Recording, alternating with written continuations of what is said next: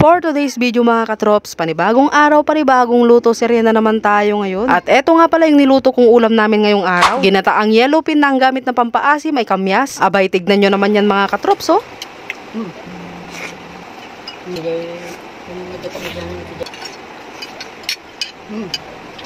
So, ayun mga katrops, bali na i-prepare ko na nga pala lahat yung mga sangkap na gagamitin ko. Nakapag-gayat na nga ako dito ng bawang, sibuyas, luya, kamatis at kamyas. Bale, yung medyo malalaki nga pala ay hinati ko nga lang sa gitna. Meron din tayo ditong nahimay na dahon ng malunggay. At ang isda nga pala na gagamitin natin ay yellow pin. Bale, sinison ko nga lang pala ito ng salt and pepper. Dahil wala nga kaming nabiling fresh na gata, kaya naman itong coco papa na lang yung gagamitin natin. So, ayun, dahil okay na nga lahat yung mga sangkap, kaya naman tara, simulan na nga nating magluto mga katrops. Bale, nagpainit nga lang ako dito ng kawali at kaunting tamika para nga prituhin itong yellow pin. Hindi naman natin kailangan dito yung talagang pritong-prito. Basta ba natusta lang ng kaunti ay okay na yan mga katrops. So dahil okay na nga ako sa ganitong pagkakaprito, kaya naman ayan, ninahon ko na nga ito isa-isa. Dahil tapos na nga tayo sa pagpiprito, kaya naman tara, simulan na nga nating maggisa. Hindi na nga ako nagpalit ng kawali para yung lasa ng isda nandito pa rin. Ginisa ko lang ng maigi itong kamatis hanggang sa maging malambot. Tapos ayan, isinunod ko na nga rin inilagay dito yung bawang, sibuyas at luya. Tapos ayan, gisa-gisahin lang natin. Tapos pwede na nga nating ilagay dito yung kamyas. Bale, sasabay ko na nga rin sa pagigisa itong kamyas para nga mas lumasa. O di kaya ay mas lumabas nga yung katas niya. Pero hindi ko nga pala inilahat. So ayun, nung medyo malambot-lambot na nga itong kamyas, hinunod ko na nga rin inilagay dito yung isda. Tapos ayan, sinunod ko na nga rin inilagay yung gata. Sayang lang at wala nga kaming nabiling fresh na gata para nga sana mas maging masarap. Bale, nagdagdag nga lang ako dito ng kaunting tubig na water. Tapos sinimplahan ko na nga ito ng magic sarap, pinong paminta at kaunting patis. Tsaka ako na pinaglalagay yung mga natirang kamyas. At papakuluan nga natin ito ng mga ilang minuto mga katrops hanggang sa maluto yung isda at kamyas, at para syempre mas maiga na nga yung sabaw niya. Abay, tignan nyo naman yan mga katrops. So hindi pa nga naluluto pero talagang nakakatakam na. At dahil malapit-lapit na nga itong maluto, kaya naman ayan, inilagay ko na nga dito yung dahon ng malunggay. So ayun, kung umabot ka nga pala sa part ng video na to, ay pa-comment naman dyan sa baba kung taga saan ka at kung anong oras mo nga ito napanood, para nang sa ganon ay alam ko kung hanggang saan umabot itong aking vlog. At dahil luto na nga itong ating ginataang tulingan mga katrops, kaya naman tinikman ko na kung tama na nga yung lasa. At ang laging ang sinasabi ni Mommy Grace ay okay na to.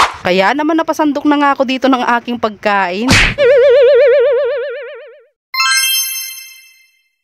So ayun mga katrops, ayan, tara, tingnan na natin itong ating nilutong ginataang tulingan. Ginataang yellow pin. Yan o. Meron din tayo ditong dalawang siling labuyo. Tapos yung ulam kanina. Yan. Tara, kain na tayo mga katrops. Kamyas o. Ayan, first bite mga katrops. Tara, kain tayo.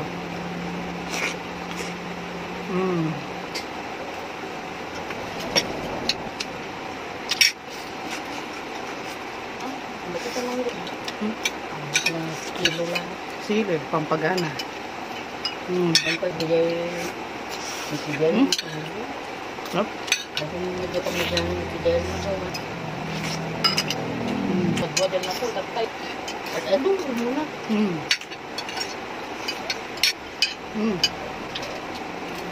Ito nga lang. Inuusay lang.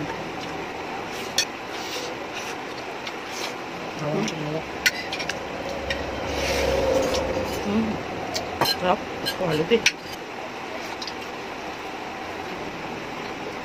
Sino daw pa nagtatak na? Sanahan niya. Bulong-bulong nga.